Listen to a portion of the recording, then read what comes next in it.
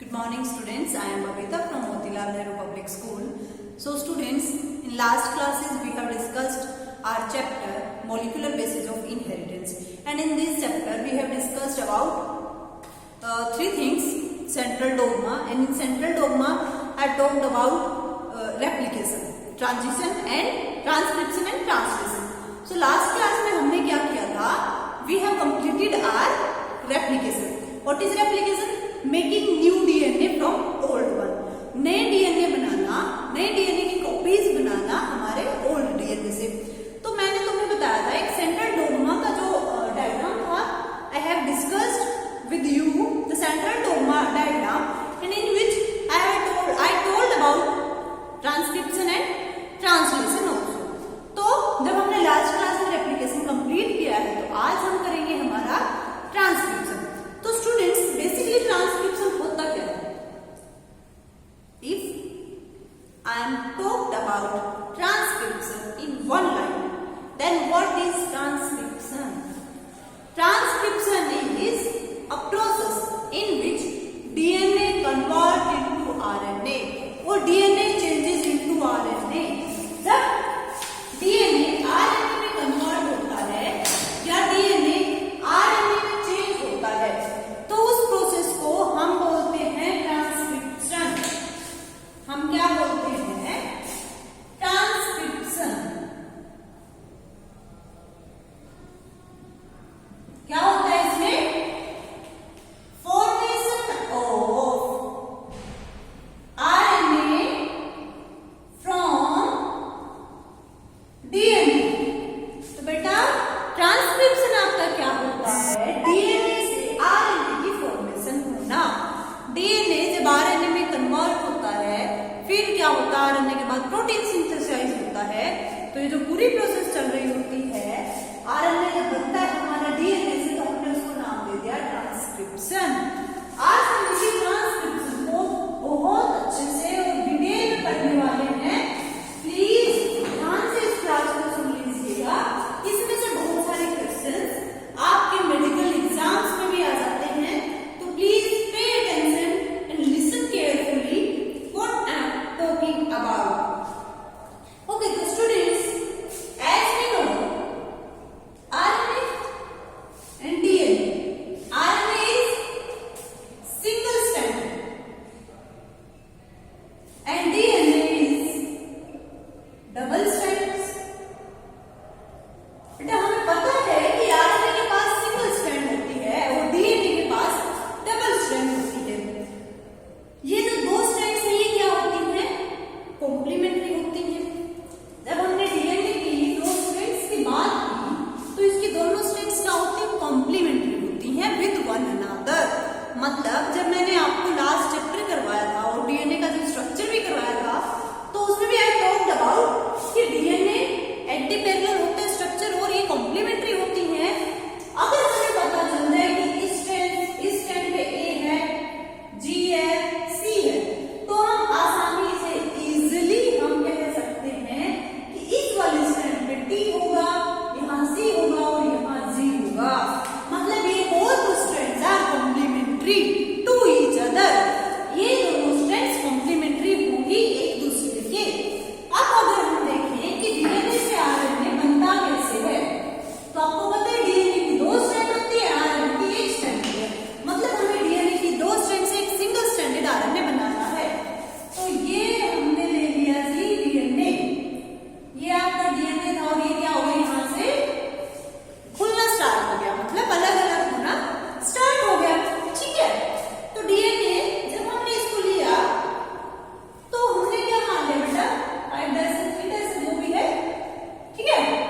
तो हमने क्या लिया? हम क्या लेके चले कि इस वाले पे क्या है? कोड है. इस वाले स्ट्रैंड पे क्या है बेटा? कोड्स है आपके पास. ए हो गया, टी हो गया, जी हो गया, सी हो गया, कुछ भी जो भी है.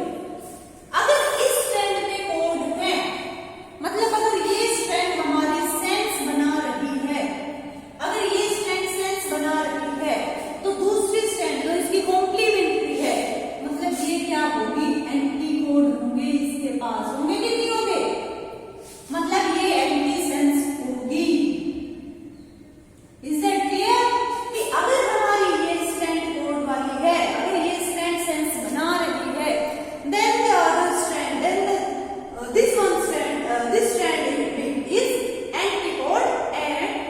एंटीसेंस। हम कह सकते हैं ना ये बात, अगर हमारे पास ये कोड वाली स्ट्रैंड है तो दूसरी एंटी कोड वाली होगी।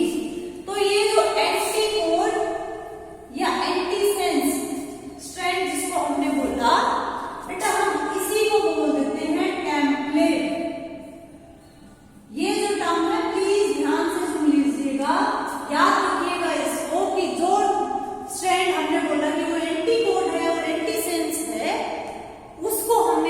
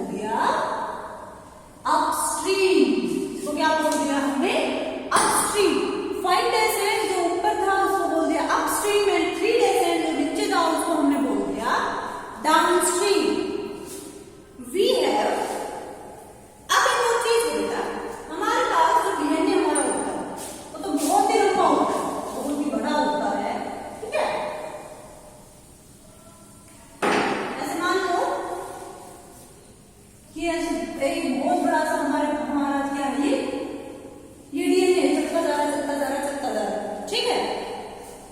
तो क्या आप ये कह सकते हो कि ये जो पूरा डीएनए है ये कन्वर्ट हो जाएगा आरएनए में और ये आरएनए में ये प्रोटीन सिंथेसाइज कर देगा? बेटा हमारे पास डीएनए बहुत बड़ा है, तो क्या आप ये बोल दोगे कि पूरा डीएनए आरएनए में कन्वर्ट हो जाएगा और ये आरएनए क्या प्रोटीन सिंथेसाइज कर लेगा? नो, नहीं कह सकते। कैसे? आपको एक एग्जांपल देती हूं मैं कि अगर मेरी फिंगर में कट लग गया, अगर मेरी स्किन में कहीं कट लग गया तो वहां पे कौन सा प्रोटीन बनेगा?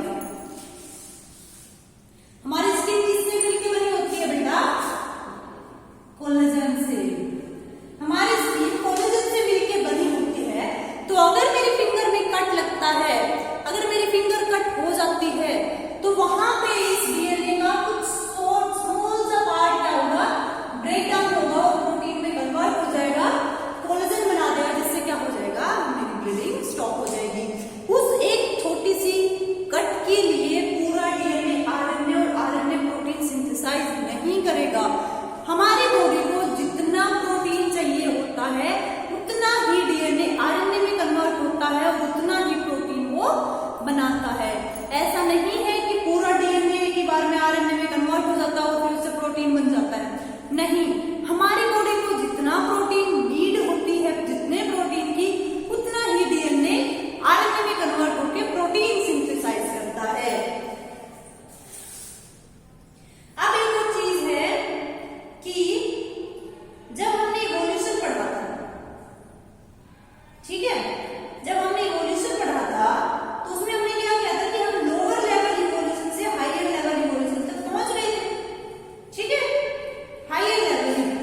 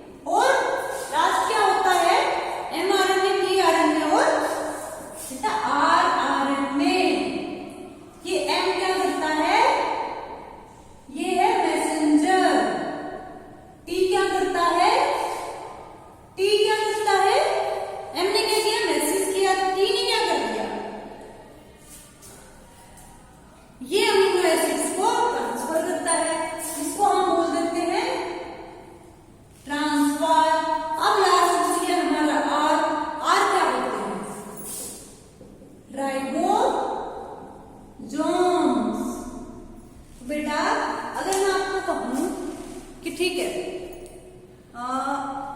हम एक एग्जांपल लेके चलते हैं कि हमें केक बनाना है। We have to bake a cake. तो उसके लिए हमें सबसे पहले क्या करना पड़ेगा? कोई रेसिपी बुक देखनी पड़ेगी या कोई रेसिपी चैनल